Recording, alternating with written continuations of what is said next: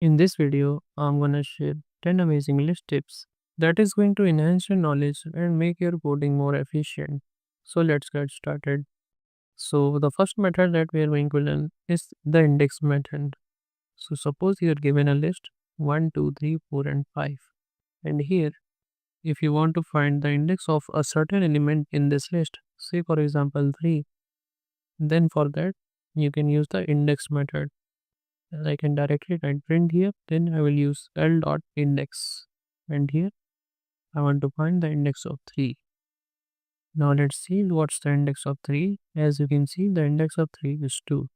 Let's move on to the next step. So here you're given a list and now you want to see add 6 in this list. Then for that you can use the append function. You can write L dot append and here I want to add 6 at the end. Now let's write print list and see if 6 is added or not. And as you can see, 6 is successfully added. Let's move on to the next step. So suppose I want to add another list. Let me create another list. This is L1, this is L2. And here I will have 6 to 10. Now let me reformat this code. And here, if I want to do that, you can write L1 dot extend and you can give L2 here and this will do the work. Now let's run this code. And as you can see, we have got our desired output. Now let's move on to another tip. So suppose from this list, I'm removing 3 here. Now I want to add 3 at the second index. For that, you can use the insert method. You can write L dot insert. Let me create L first. Now you can write L dot insert.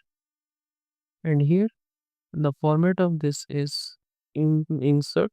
And here, it takes first is the position or index.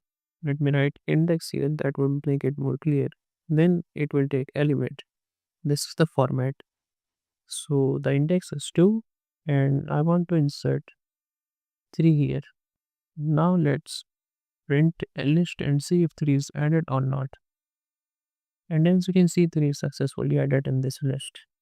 Now let's move on to the another tip. Now here let me write 3 again. Now here suppose you want to remove a certain element from a certain index. For that you can use the pop method. Here you can write L.pop and suppose I want to remove 5 for example, so I can write L.pop 4 because the index of 5 is 4. Now let's print L and see the results. And as you can see, 5 is successfully removed from this list.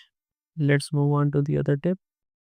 So suppose you have a list of characters and now you want to remove a certain element. It would be okay to use the pop function, but here suppose you have a bigger list and you are given a certain value. Now you have to remove that element. Now instead of using any pop method, there's also another method called remove. You can write L.remove and here I want to remove C for example. Then that's it. Now let me print L and show you the results. And as you can see, C is removed successfully. Let's move on to the next step. So suppose you are given this list and now you want to remove all the elements from this list. For that you can write L.clear. And now the list will be empty. As you can see, all the elements are removed from this list. Let's move on to the another tip. So suppose you are given a big list and now you want to find the count of a certain element. How many times that element have occurred. For that you can use the count method. You can create a temporary variable C and now you can write L.count. And here I want to find the count of 1, say for example.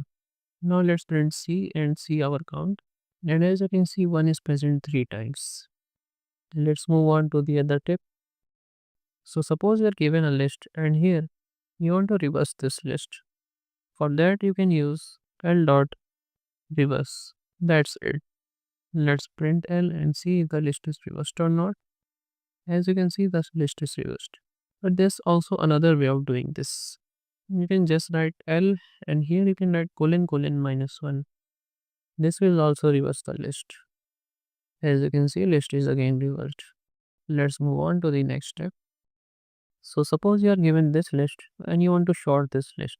Then there are various methods which uses for loops and all, but there's also a built-in function in Python. You can write L dot short here. And now this will short the list. Let's print L. And as you can see, the list is shortened. Now let me give you one bonus step. Suppose you are given a big list here. This is a small for example, and you want to find the sum of this. For that, instead of writing any for loops, you can use a shortcut here.